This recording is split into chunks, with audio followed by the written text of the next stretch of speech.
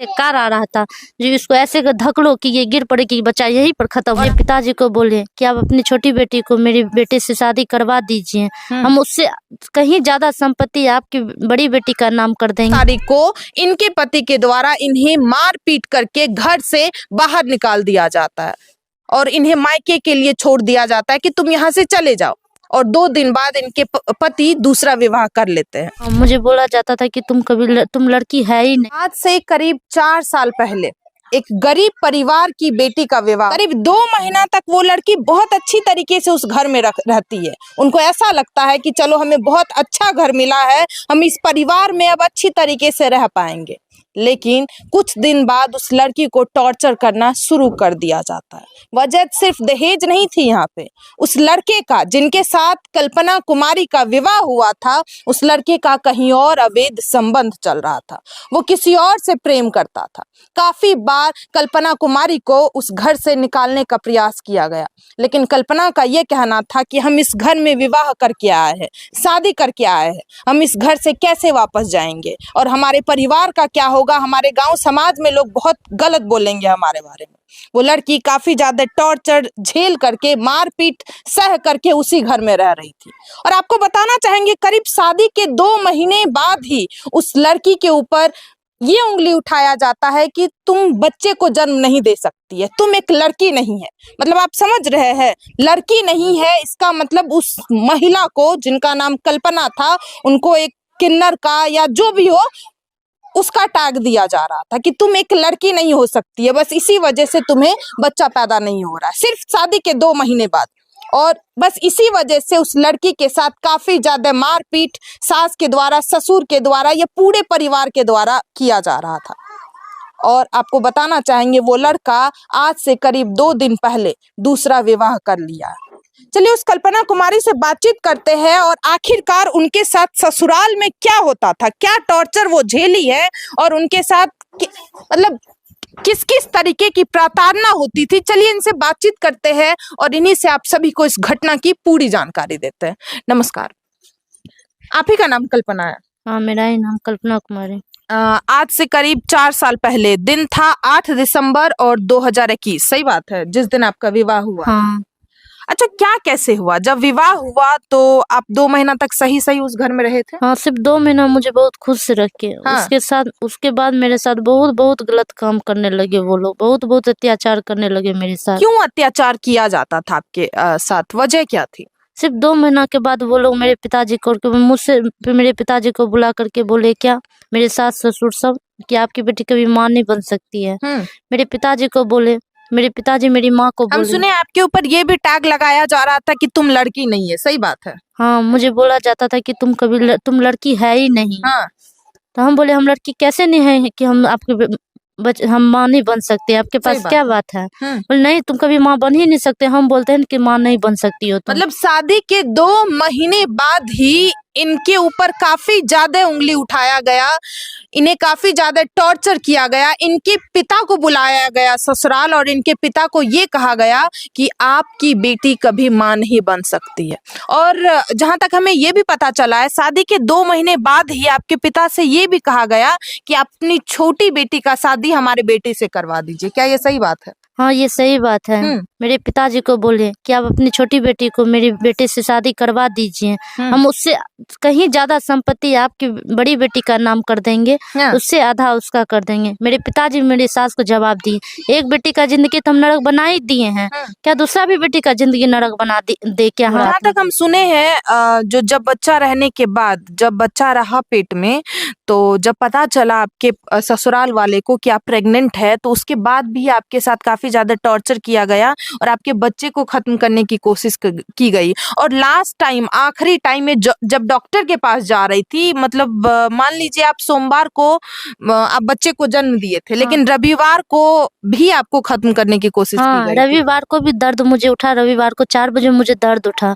उस भी दिन वो लोग, जब हम दर्द से इधर छटपटा रहे थे, अब वो लोग जब उस लोग को पता लगा कि ये उसको दर्द हो रहा है, तो मेरे हस्बैंड को सिखा करके जी इसको मारो पीटो, तो वो पहले वो हाथ उठाते थे पीछे से, उसके बाद सब मेरे साथ मारपीट करने लगते थे। जब आप प्रेगनेंसी में थे हाँ, तब? जब अंतिम मुझे महीना आया था, तो उसके बाद सोमवार को मुझे फिर मेरे मम्मी पापा को खबर दिए कि आपकी बच्ची को बच्चा होने वाला है। तो फिर उसके बाद मुझे सुपौल में ले गए विवेकानंद हॉस्पिटल में। उसके बाद वहां पर लेकर के जब होने, मुझे पहले तो खूब नीचे से लेकर के ऊपर तक घुमाया, तो सब उसको, मेरी सास सबको सब बोले कि आप जो ऐसे बड़े पेट बच्चे हैं, ये हाइट की छोटी है, काहे आप इसको घुमाते हो, कुछ हो जाएगा। तो वो अपने पोते बड़े बेटे के छोटे बेटे से, मुझे अपने छोटे पोते से वो मुझे धकलवाने की कोशिश की। उधर से एक कार आ रहा था जो इसको ऐसे धकलो कि ये गिर पड़े कि बच्चा यहीं पर खत्म और हो आप जाए। गिरे भी थे? हम गिरने वाले थे कि वैसे ही मेरी एक आंटी थी, तो वो आंटी मुझे बचा ली वहां पे। अच्छा, ये बताइए दीदी, ये सारा घटना आपके साथ हो क्यों रहा था? मतलब मेन वजह क्या थी? क्या पैसा, या फिर वो एक्स्ट्रा मैरिटल अफेयर जो उस लड़के का किसी और के साथ चल रहा था, किसी और महिला के साथ, ये था? मुझे हमेशा मेरी सास धमकी देती थी, जाओ तो हम अपना बेटा को दूसरा शादी कर लेंगे, 2 लाख रुपए बाप को बोलो देने के लिए। गाड़ी तो तुम्हारे साथ ऐसा ही होगा? हाँ, ऐसा ही होगा। हम अपने पापा मम्मी को सोचते थे कि मेरे मम्मी पापा गरीब है, हम किसको बोलेंगे, कहाँ से मेरे मम्मी पापा को, हम तो जानते थे कि मेरे मम्मी पापा गरीब है, नहीं दे सकते थे। उस कारण से हम 4 साल से उस लोग के अत्याचार में रहते गए। बहुत कठिनाई, वो लोग मुझे उस घर में बहुत कठिनाई का सामना करना पड़ा मुझे। हम सुने आपके पिता के ऊपर भी काफी बार मतलब मारपीट किया गया, हाथ उठाया गया, लाठी डंडा से मारा गया।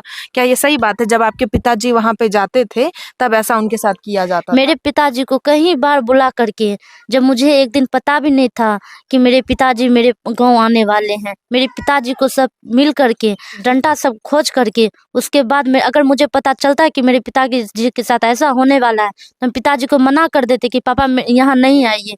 मुझे कोई पता, कोई खबर नहीं।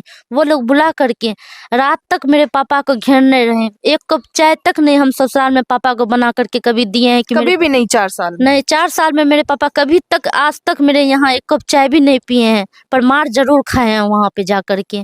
वो लोग पटिया सटिया करके बुला करके, मेरे पापा दिल के सुधंग आदमी हैं, वो मेरे पापा मेरे बच्चे से बहुत प्यार करते थे, बहुत प्यार करते थे। उसका नाम लेकर के यहाँ पर बुलाया गया।